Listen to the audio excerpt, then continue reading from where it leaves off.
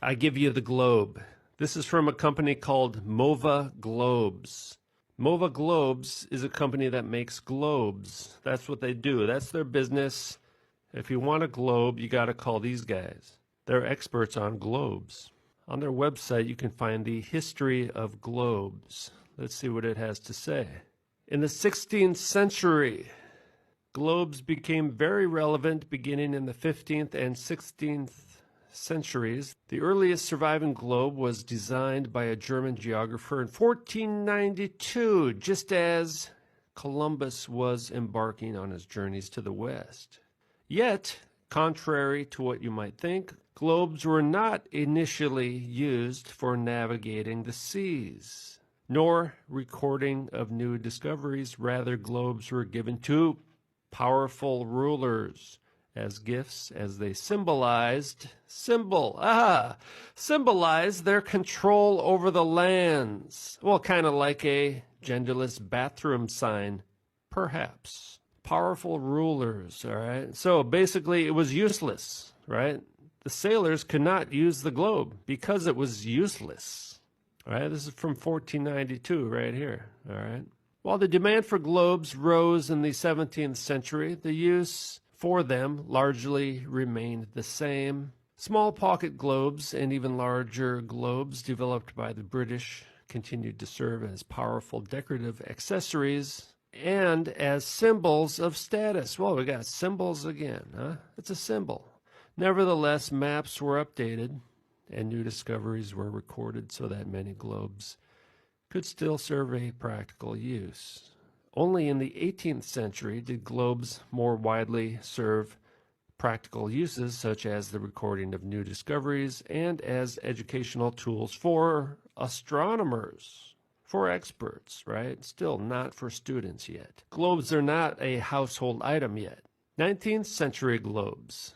This time period saw the addition of a new market for globes that is iconic in today's world, the classroom. Okay, so globes were only taught and used in classrooms from the 1800s, all right? And in fact, I believe it was the mid to late 1800s, which really is about 150 years, really. Globes have only been used by the common people for about 150 years. And nobody knew, right? There was the first images of the Earth from space, a really grainy, bad photo. The next one was during the Apollo mission to the moon landing in 1969. And a BBC documentary, even mainstream media has proven that to be a fraud. It was simply a transparent painting set on top of a round window or light. So it looked, and the rest of it was dark. So it looked like it would look like film footage of the Earth from space, surrounded by the blackness of space. And it was 1969. That's really when people were like, "Oh, I guess the Earth really is a globe." 1969 was the first confirmation that Earth was actually a globe, and that confirmation has now been proven to be false, using mass media to indoctrinate the masses, to brainwash people, right? So the classroom as a place to indoctrinate children with the idea of a globe. This began in the late 1800s. Thus, many globes were made into smaller sizes for easier portability and, of course, to conform to children's needs. Children. All right, so this little globe here was a very important tool for shaping our worldview. A new idea was put into the classroom to change people's worldview at a very young age, right? To imprint an entirely new worldview based on no evidence. Probably was a good business to be in at the time, right? The globe business. We got to brainwash the masses. We need more globes. Put that thing in a classroom. Everyone will believe a lie. Then make a few Star Wars movies, Star Trek, science fiction, comic books, movies. Yeah, they'll believe it. Put the globe at the beginning of every news show just put the globe out there as much as we can, because it doesn't actually exist, but they'll think it does. 21st century globes, all right? That's kind of where we're at now, isn't it? Flash forward to today, and globes now serve mostly as decor. Oh, look at this. A globe is merely a historical artifact these days. Why? Because we know it's false. We know it doesn't symbolize anything. It's a lie. All right? It's only merely a historical artifact according to the Globe Company themselves. They admit the globe is merely a historical artifact, a curiosity, a freak show. So we're going to look at this book by Alex Gleason, written in 1890, updated in 1893. Is the Earth a globe? Okay, that's kind of the second part of the book. Now, some people say that this line here, they say that this is at 33, right? But if you look closely, it has 30, here's 45, here's 60. The numbers are going up in value towards the center. So that means 33 would be right about there. So this is about 27, all right? So it is, yeah, it is right around Israel, isn't it? So I don't know, this maybe does mean something, but it's not the number 33, all right? It's 27.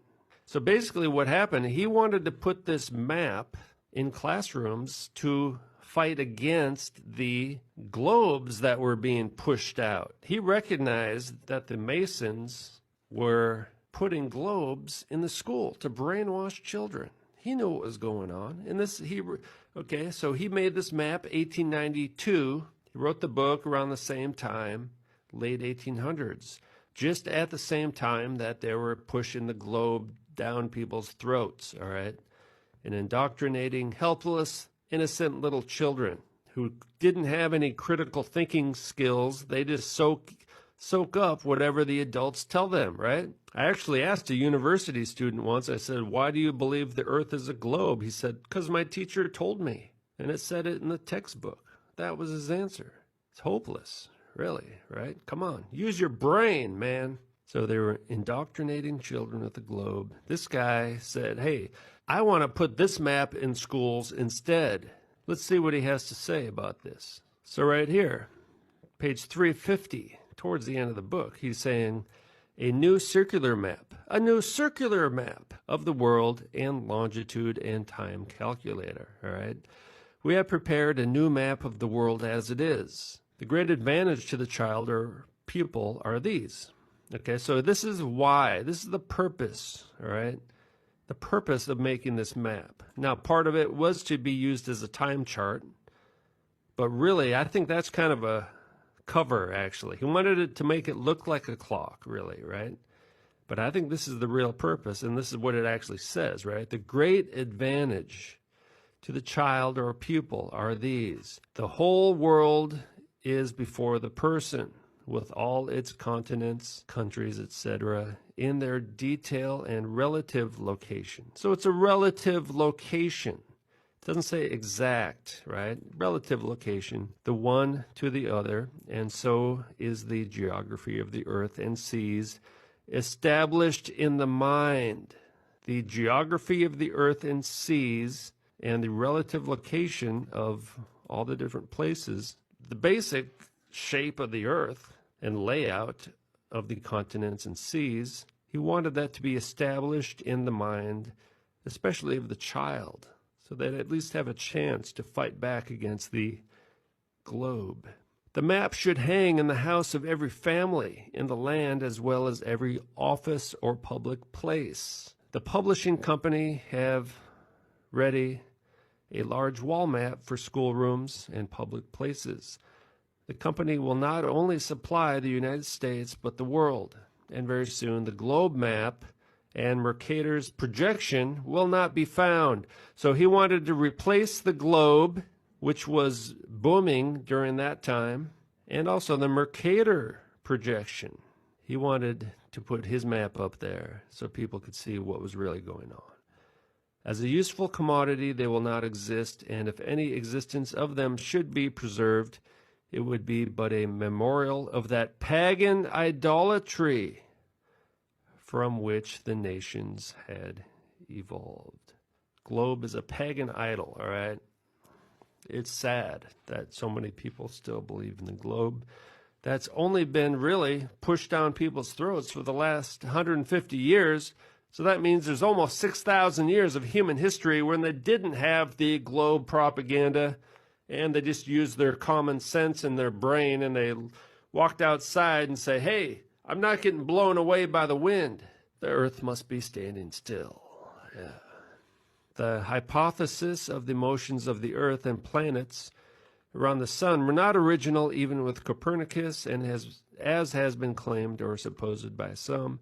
According to mythological tradition, Pythagoras, the sun worshipper, was the medium through which the devil operated to bring into requisition the present godless adorations, idol of the inventions of man. Godless, I say, for such ideas as the founders of the system possessed and taught, I am safe in saying, never sprang from a divine source. It is but simply a matter of justice that I mention the source of this pagan institution. The globe comes from pagans. So what does this have to do with transgendered bathrooms? Well, it's the same thing, right? It's propaganda. And they've discovered they can brainwash entire generations within one generation. You know, if you brainwash everybody in one generation, then the worldview changes. So now they're trying to do the same thing. People do not have two genders anymore. In fact, we live in this world now. They have changed the laws, just like it said in Daniel. They'll change the laws in times. All right. So the Antichrist is working right now in the world, changing laws and times, definitions, right? Now they're changing not the shape of the earth, they're changing what it means to be human. And they're trying to tempt us into thinking we can become gods, which is what they've always done. Basically, what's going on is alchemy. There's the great hermaphrodite, all right? This is classic Freemasonic images right here. Look at that stuff. It's a hermaphrodite, right? It's the androgyne, both male and female, right? This is what it's all about for these people. This is their whole deal. For them, this is salvation, the philosopher's stone. This is the ultimate in enlightenment, right? Look at this. Rebus. This so-called Star of David is not the Star of David. It's two